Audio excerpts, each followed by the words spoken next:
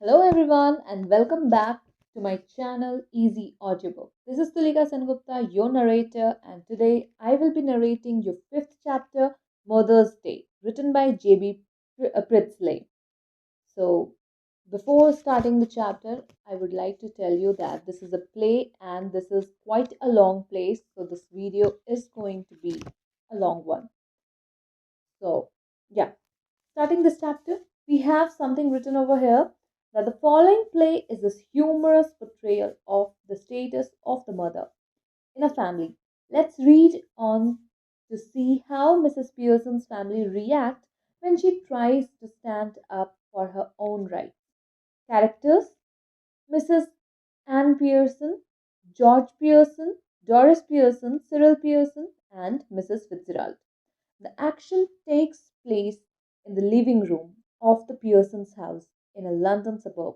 Time: the present. So here is the scene description. The living room of the Pearsons family. Afternoon. It is a comfortably furnished, much lived in room in a small suburban, semi detached villa. If necessary, only one door needs to be used, but it is better with two, one up left leading to the front door and the stair, and the other in the right wall, leading to the kitchen and the back door. There can be a muslin covered window in the left wall and possibly one in the right wall. 2. The fireplace is assumed to be on the fourth wall. There is a settle upright, an armchair down left and one down right. The small table with two chairs on either sides of it stands at the center. When the curtain rises, it is an afternoon in early autumn, and the stage can be well fit. Mrs. Pearson at right and Mrs. Fitzgerald at left are sitting opposite each other at the small table, on which are two teacups and saucers and the cards with which Mrs. Fitzgerald has been telling Mrs. Pearson's fortune. Mrs. Pearson is a pleasant but worried looking woman in her 40s. Mrs. Fitzgerald is older, heavier, and a strong and sinister personality. She is smoking. It is very important that these two should have sharply contrasting voice. Mrs. Pearson speaking in a light, hurried sort of tone, with a touch of suburban cockney perhaps, and Mrs. Fitzgerald with a deep voice, rather Irish perhaps. Mrs. Fitzgerald, collecting up the cards. And that's all I can tell you, Mrs. Pearson. Could be a good fortune, could be a bad one. All depends on yourself now. Make up your mind, and there it is. Mrs. Pearson. Yes, thank you, Mrs. Fitzgerald. I am much obliged, I'm sure. It's wonderful having a real fortune teller living next door. Did you learn that out east too? Mrs. Fitzgerald, I did. 12 years I had of it, with my old man rising to be lieutenant's quartermaster. He learnt a lot, and I learnt a lot more. But will you make up your mind now, Mrs. Pearson dear? Put your foot down once for all, and be the mistress of your own house and the boss of your own family. Mrs. Pearson. That's easier said than done. Besides, I'm so fond of them, even if they are so thoughtless and selfish. They don't mean to be, Mrs. Fitzgerald. Maybe not, but it would be better for them if they learned to treat you properly. Mrs. Pearson? Yes, I suppose it would in a way. Mrs. Fitzgerald? See, it would in a way. No doubt about it at all. Who's the better for being spoiled, grown man, lad, or girl? Nobody. You think it does them good when you run after them all the time, take their orders as if you were the servant in the house?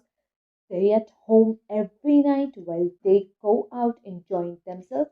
Never in all your life. It's the ruin of them as well as you. Husbands, sons, daughters should be taking notice of wives and mothers, not giving them orders and treating them like dirt. And don't tell me you don't know what I mean. For I know more than I, Mrs. Pearson. No more than you have told me, Mrs. Fitzgerald. Keep dropping a hint.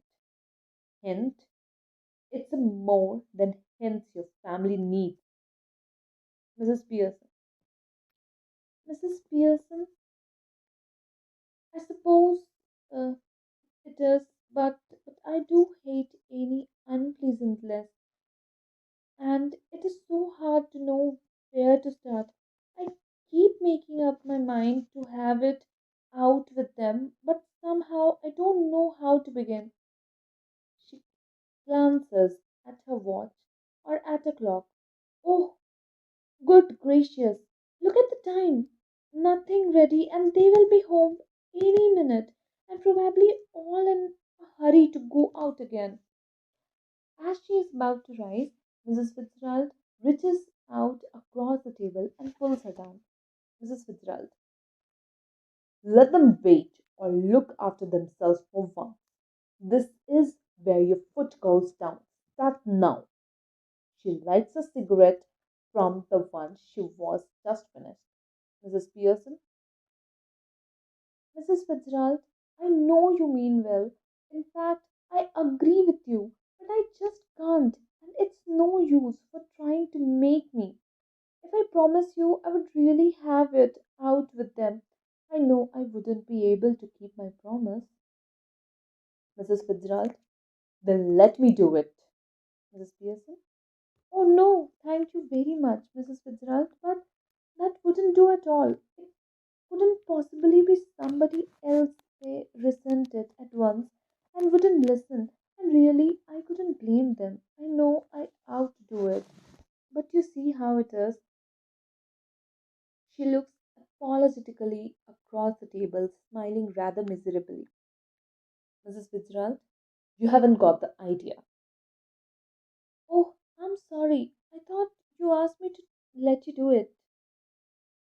I did, but not as me, as you. But I don't understand. You couldn't be me. We change places, or really bodies. You look like me, I look like you. But that's impossible. How do you know? Ever tried it? No, of course not. Cool, I have.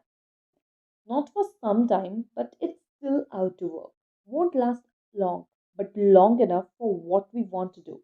Learned it out east of course, where they are up to all these tricks. She holds her hand out across the table, keeping the cigarette in her mouth. Give me your hand. There. Well, I don't know. Is it right, Mrs. Fitzgerald? It's your only choice. Give me your hand and keep quiet a moment. Just don't think about anything. Now look at me. They stare at each other, muttering, Arsta, Arsta, Tam, Arstata, Lam, Arstata, Lam, Dam, Bona. This little scene should be acted very carefully. We are to assume that the personalities change bodies after the spell has been spoken. Both women, still grasping hands, go lax as if the life were out of them. Then both came to life, but with the personality of the other. Each must try to adopt the voice and mannerism of the other. So now Mrs. Pearson is bold and dominating, and Mrs. Fitzgerald is nervous and fluttering. So here I won't be saying again and again the names of the characters, Mrs. Fitzgerald and Mrs. Pearson. I will just be changing my voice and my tone. So keep on listening towards the tone. I now met Mrs. Fitzgerald's personality. She what? See what I mean, dear. She noticed the cigarette. Here, you don't want that. She snatches it and puts it in her own mouth, puffing contentedly. Mrs. Fitzgerald, now, with Miss Pearson's personality, looked down at herself and sees that her body has changed and gives a crumb of light. Mrs. Fitzgerald, with Mrs. Pearson's personality. Oh, it happened. Of course, it happened. Very neat. Didn't know I had it in me. But whether shall I do, Mrs. Fitzgerald? George and the children can't see me like this. They aren't going to. That's the point. They will have me to deal with. Only they won't know it. But what if we can't change back? It would be terrible. Here, steady, Mrs. Pearson. If you had to leave my life, it wouldn't be so bad.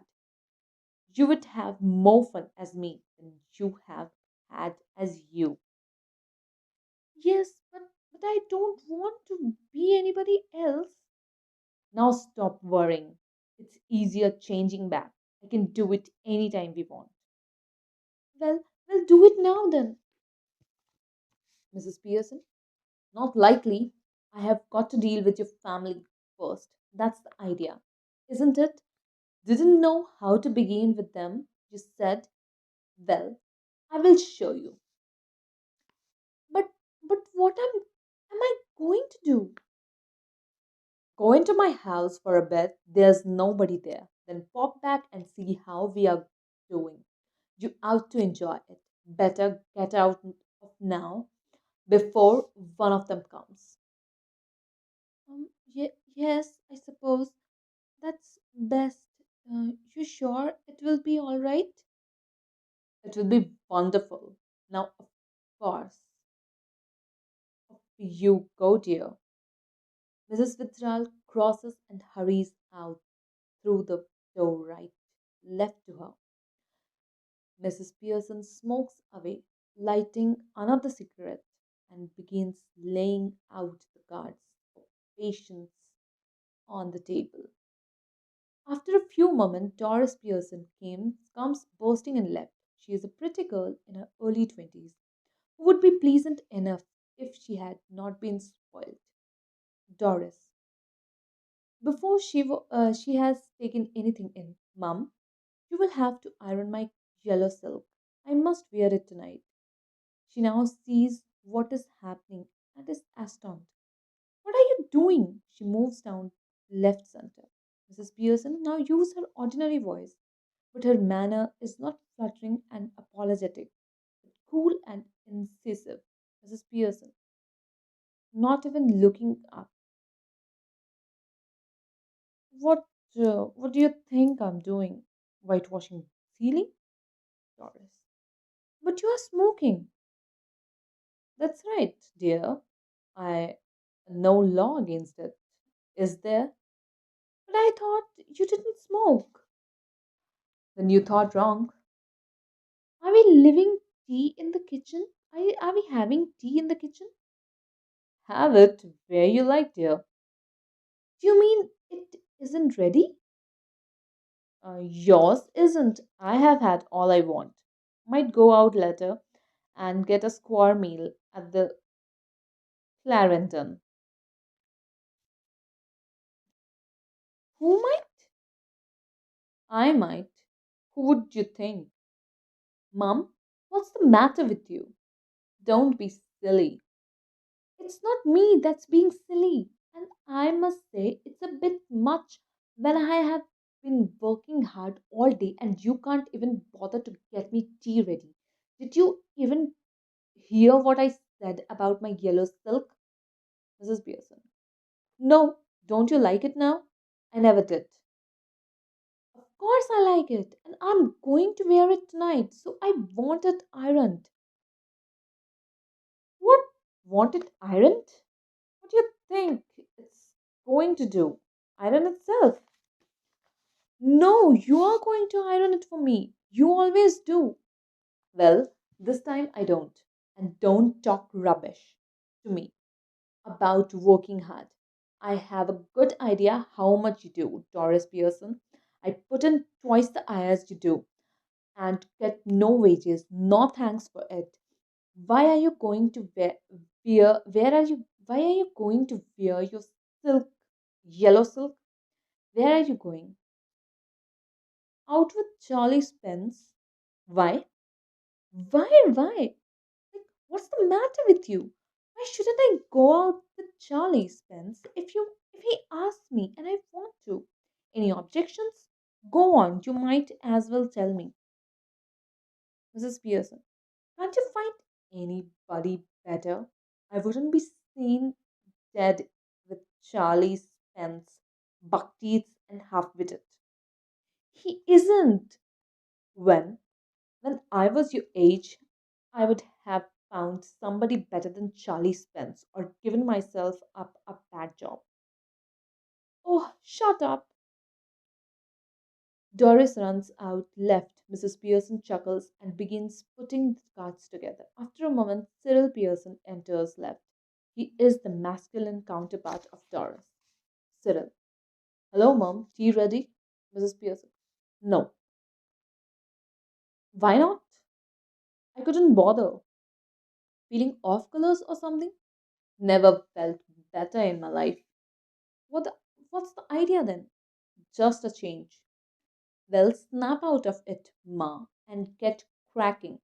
Haven't too much time. Cyril is about to go when Mrs. Pearson's voice checks him. I have I have plenty of time. Yes, but I haven't. Got a busy night tonight. Moving left to the door. Did you put my things out, Mrs. Pearson? Can't remember, but I doubt it. Cyril. Now, look. When I asked you this morning, you promised. You said you would have to look through them first, in case there was any mending. Mrs. Pearson. Yes, well now, I have decided I don't like mending. Cyril. That's a nice way to talk. What would happen if we all talk like that? Mrs. Pearson, you all do talk like that. If there's something at home you don't want to do, you don't do it. If it's something at your work, you get the union to bar it. Now, all that's happened is that I have joined the movement. Cyril, I don't get this, Mum. What's going on? Mrs. Pearson changes. Doris enters left. She is in the process of dressing and is now wearing a wrap. She looks pale and red eyed. Mrs. Pearson. You look terrible. I wouldn't wear that face even for Charlie Spence. Doris. Oh, shut up about Charlie Spence. And anyhow, I am not ready yet, just dressing. And if I do look terrible, it's your fault. You made me cry. Cyril. Why? What did she do? Never you mind. Mrs. Pearson. Have we any stout left? I can't remember. Cyril. Bottle or two, I think. But you don't want stout now. Mrs. Pearson. I do. Cyril. What for? Mrs. Pearson. To drink, you clot. Mrs. Pearson exits right. Instantly, Cyril and Doris are in a huddle close together at left center, rapidly whispering. Doris. Has she been like that with you too? Cyril. Yes. No tea ready. Wouldn't care less. Well, I'm glad it's both of us. I thought I would done something wrong, Cyril. So did I, but it's her, of course. She was smoking and playing cards when I came in. I couldn't believe my eyes. I asked her if she was feeling off colors, and she said I wasn't. Doris, well, she's suddenly all different, and that's what made me cry. It wasn't what she said, but the way she said. And the way she looked, Cyril, haven't noticed that. She looks just the same to me, Doris. She doesn't to me. Do you think she could have hit her head or something? And got what is it, Cyril? Do you mean she is balmy? Doris, no, you fathead. You conscience, like she might have. Cyril, sounds far fetched, Doris. Well, she's far fetched, if you ask me. Cyril, now then, what is it, Doris? If she's going to be like this, then dad come home, Cyril, I'm staying in for that. Two front dress circles for the first house. Mrs. Pearson enters right, carrying a bottle of stout and a half-filled glass.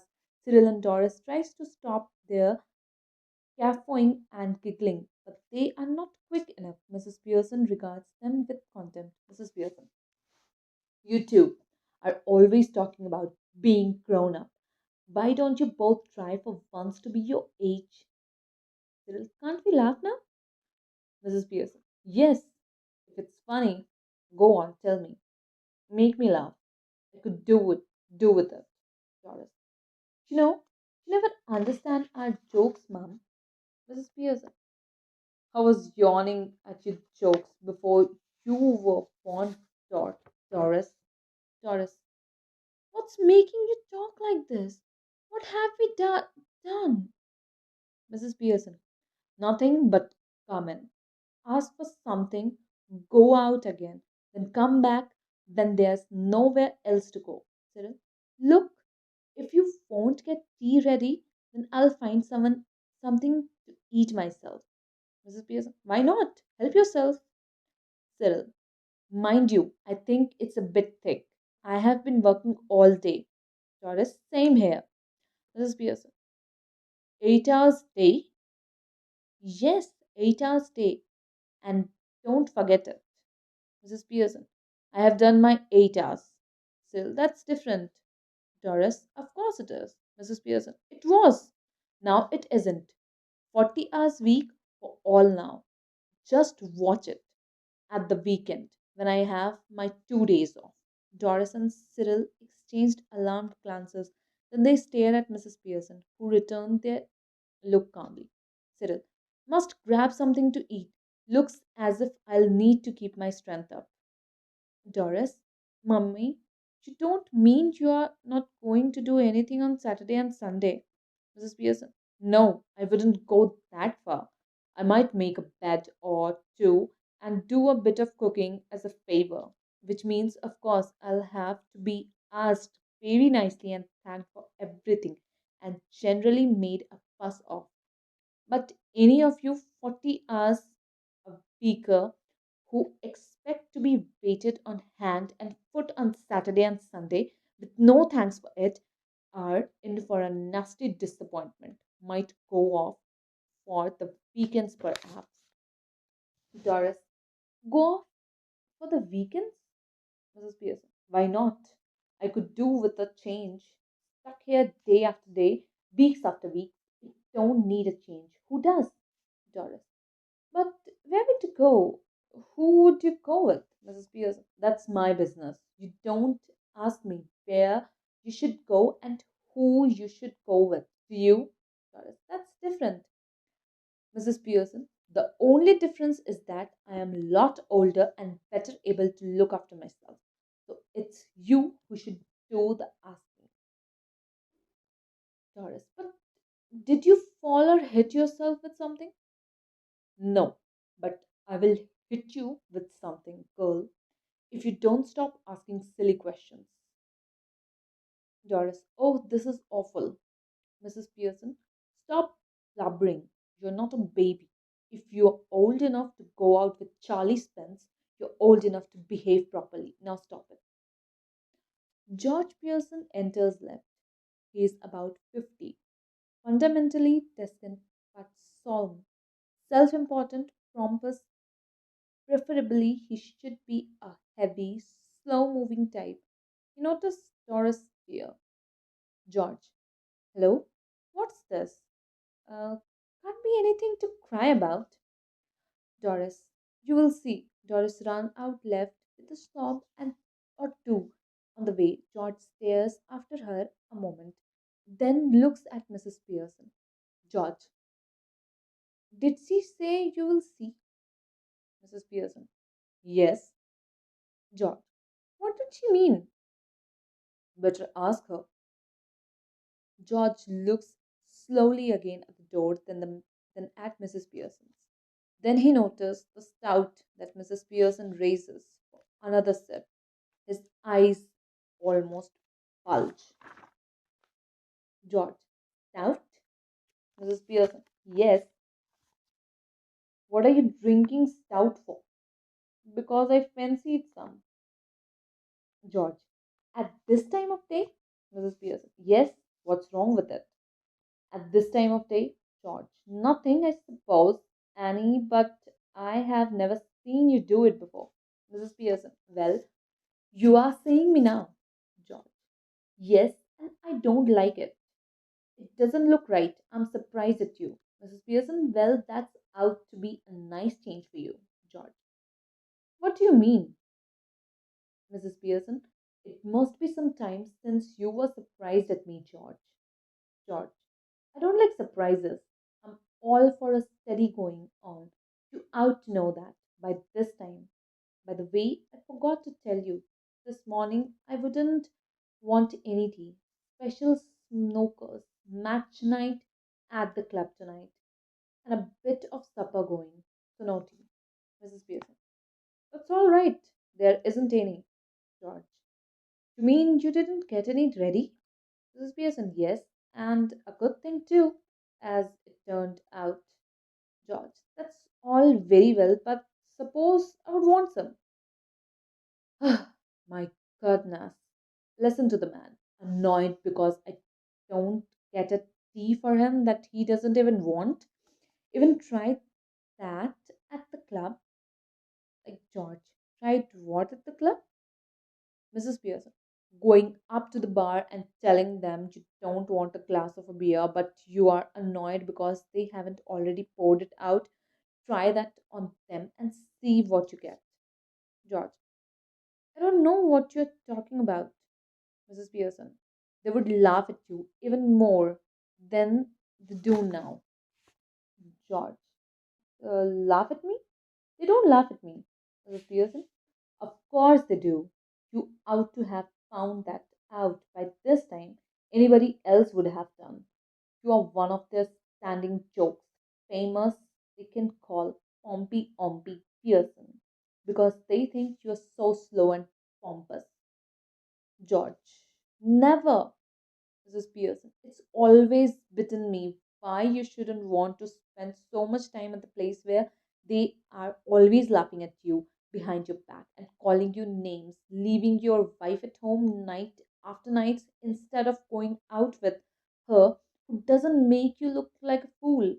Cyril enters right with a glass of milk in one hand and a thick slice of cake in the other.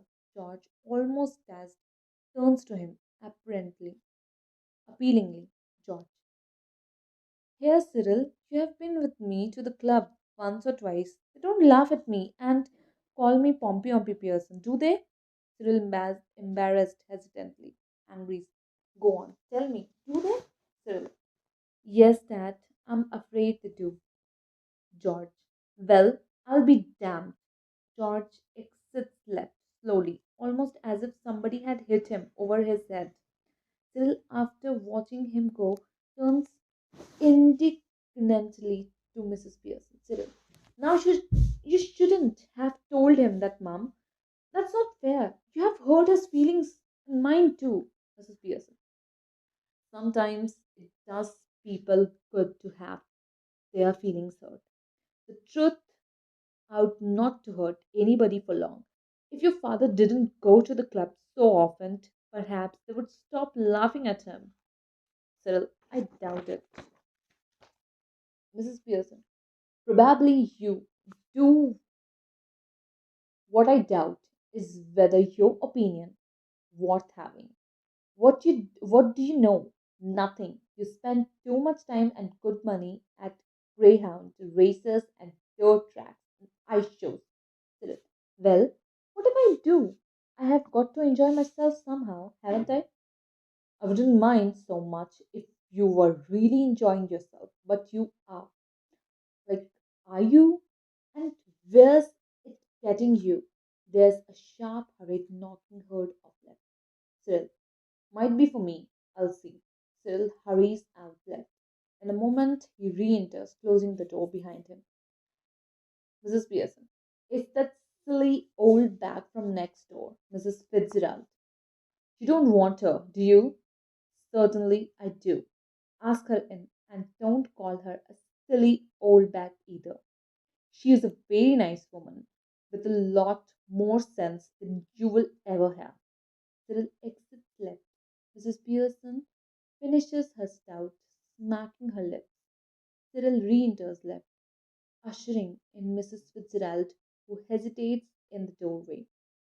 Mrs. Fitzgerald.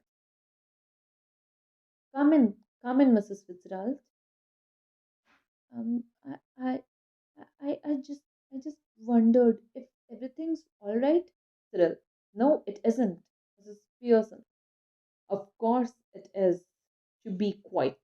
Cyril. Why should I be quiet? Mrs. Pearson. Because I tell you to. You silly, spoilt young can. Mrs. Fitzgerald. Oh no, surely, Mrs. Pearson. Now, Mrs. Fitzgerald, just let me manage my family in my own way, please. Mrs. Fitzgerald. Yes, but Cyril. Cyril. Mrs. Cyril Pearson to you. Like, uh, please, Mrs. Fitzgerald. Mrs. Fitzgerald. Oh, oh dear, what's happening? Mrs. Pearson, nothing much. Just putting them in their places. That's all. Doing what you ought to have done long since. Mrs. Fitzgerald, in is George home? She sits beside Mrs. Pearson's on the step. Mrs. Pearson, yes, I have been telling him what they think of him at the club. Mrs. Fitzgerald, well, they think a lot of him, don't they? Mrs. Pearson, no, they don't. And now he knows it. Oh dear, I wish you hadn't. Mrs. Fitzgerald, Mrs. Pearson, nonsense.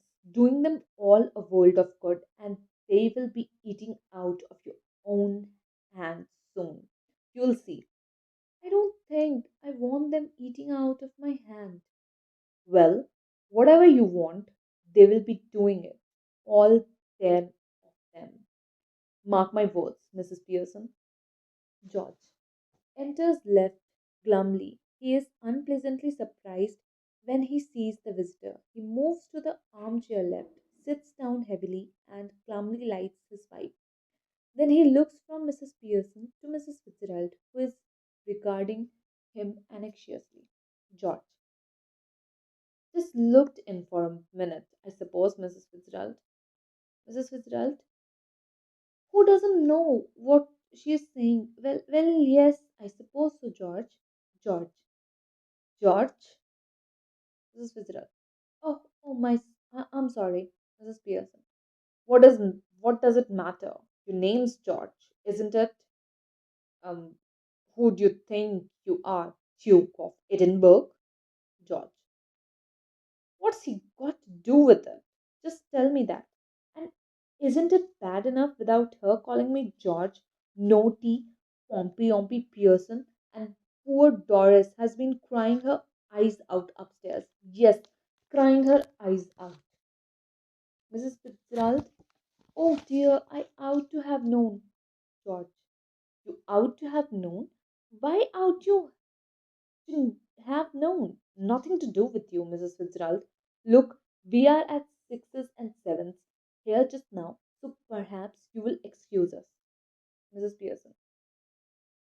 I won't I won't excuse you, George Pearson. Next time a friend and neighbor comes to see me, just say something when you see her. Good evening and how you do or something, and don't just march in and sit down without a word. It's bad manners. No, it's all right, Mrs. Fitzgerald. No, it's all right, Mrs. Pearson. No, it isn't all right. We all have some decent manners in this house, or I will know the reason why. Well, George, well, what? Mrs. Pearson, why don't you get off to your club? Special night tonight, isn't it? They will be waiting for you, wanting go have a good laugh. Go on then. Don't disappoint them. George, that's right. Make me look silly in front of her now. Go on, don't mind me. Sixes and sevens. Poor Doris been crying her eyes out, getting the neighbors in it to see the fun. Suddenly losing his temper, glaring at Mrs. Pearson and shouting, all right, let's hear it. What's the matter with you, huh? Have you gone calmly or what? Mrs. Pearson, if you shout at me again like that, George Pearson, I'll slap your big fat silly face. Mrs. Fitzgerald. Oh, no, no, no, no, please, please, Mrs. Fitzgerald. I mean, Mrs. Pearson said, George, either I'm off my chums or you two are. How do you mean? No, no, please, Mrs. Fitzgerald. Look, you are Mrs. Fitzgerald, so why are you telling yourself to stop when you're not doing anything? Tell her to stop. Then there would be some sense in it. Think you must be diddly. Mrs. Pearson. Say that again, George Pearson. George. All right, all right, all right. Doris enters left slowly, looking miserable. She is still wearing the wrap. Mrs. Pearson sits on the step still. Mrs. Fitzgerald. Hello, Doris, dear. Doris. Hello, Mrs. Fitzgerald. Mrs. Fitzgerald. I thought you were going out with Charlie Spence tonight, Doris. What's that to do with you? Mrs. Pearson, stop that. Mrs. Fitzgerald, no, no, it's all right. Mrs. Pearson, it isn't all right. I won't have a daughter of mine talking to anybody like that. Now answer Mrs. Fitzgerald properly, Doris, or go upstairs again. Doris looks wonderingly at her father. George, don't look at me. I give it up. I just give it up. Mrs. Pearson, well, answer her. Doris. I was going out with Charlie Spence tonight, but now I have called it off. Mrs. Fitzgerald. Oh, what a pity, dear. Why have you? Doris. Because if you must know, my mother's been going on at making me feel miserable and saying he got buck teeth and is half witted. Mrs. Fitzgerald. Oh, you shouldn't have said that. Mm. Mrs. Pearson. Mrs. Fitzgerald, I'll manage my family. You manage yours. George. Tickling her off now. Are you Annie? Mrs. Pearson. They are waiting for you at the club, George. Don't forget. And don't you start crying again, Doris. Mrs. Fitzgerald, getting up with sudden decision. That's enough. Quite enough. George and Doris stared at her bewildered.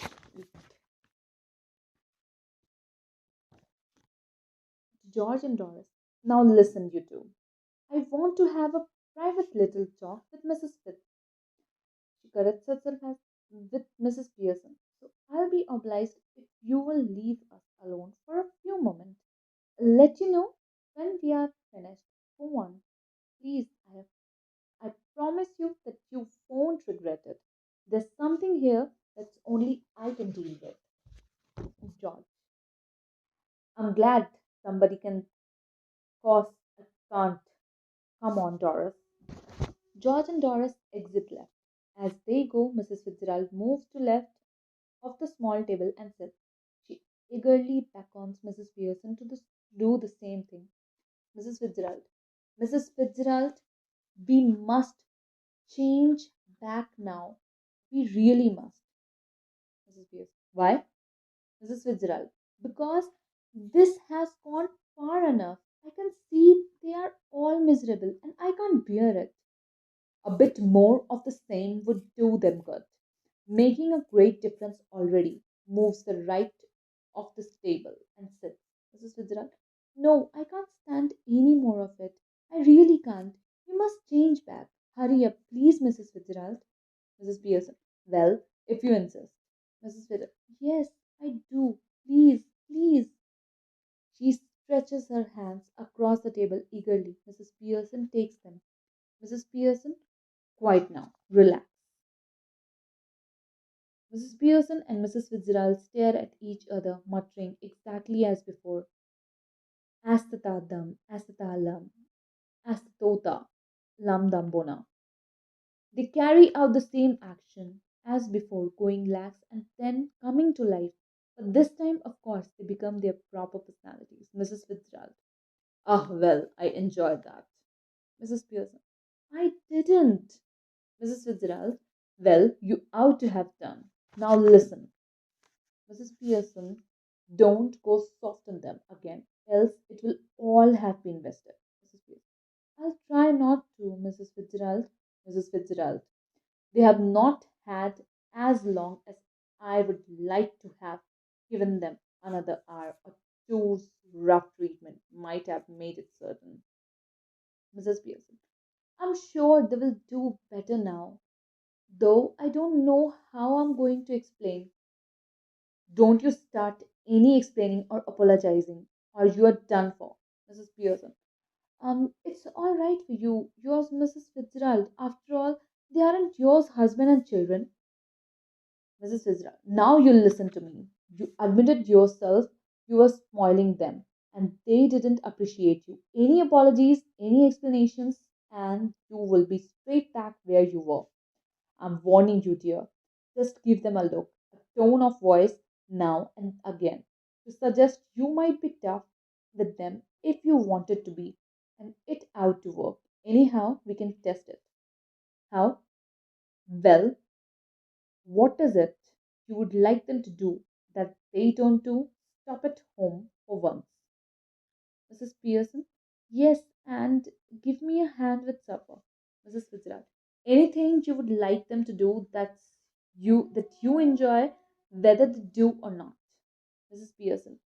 Well, yes, I like a nice game of rummy, but of course I hardly ever have once, except at Christmas. Mrs. Fitzgerald. That will do then. But remember, keep firm or you would have had it.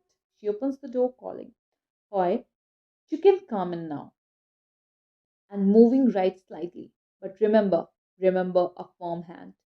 George, Doris, and Cyril file in through the doorway, looking apprehensively at Mrs. Pearson. I'm just off to let you enjoy yourself. The family looks anxious at Mrs. Pearson, who smiles, much relieved. They smile back at her. Doris. Yes, mother. Mrs. Pearson. Seeing that you don't want to go out, I tell you what I thought we would do. Mrs. Fitzgerald. Remember the giving final warning. Remember. Mrs. Pearson. Nodding, then looking sharply at the family. No objections, I hope. George. No, mother, whatever you say. Mrs. Pearson, I thought you would have a nice family game of rummy and then your children could get the supper ready while I have a talk with your father. George, suits me. He looks challengingly at the children. What about you two? Cyril, yes, that's all right. Doris, well, Mrs. Pearson, what? Speak up. Doris, I think it would be lovely. Mrs. Pearson. Goodbye, Mrs. Fitzgerald. Come again soon. Mrs. Fitzgerald. Yes, dear. Night all. Have a nice time. Mrs. Fitzgerald exits left, and the family cluster round mother as the curtain falls. That was the whole chapter. I know the video is quite long for 44 to 45 minutes. I can't help it because the drama is very long and I have to read it and narrate it with other different accents. So that's all for today. If you like my narration, please do like, share, and subscribe my video. And I'll be coming with these type of narrations of your chapters each and every day. So that's all for today. Thank you very much.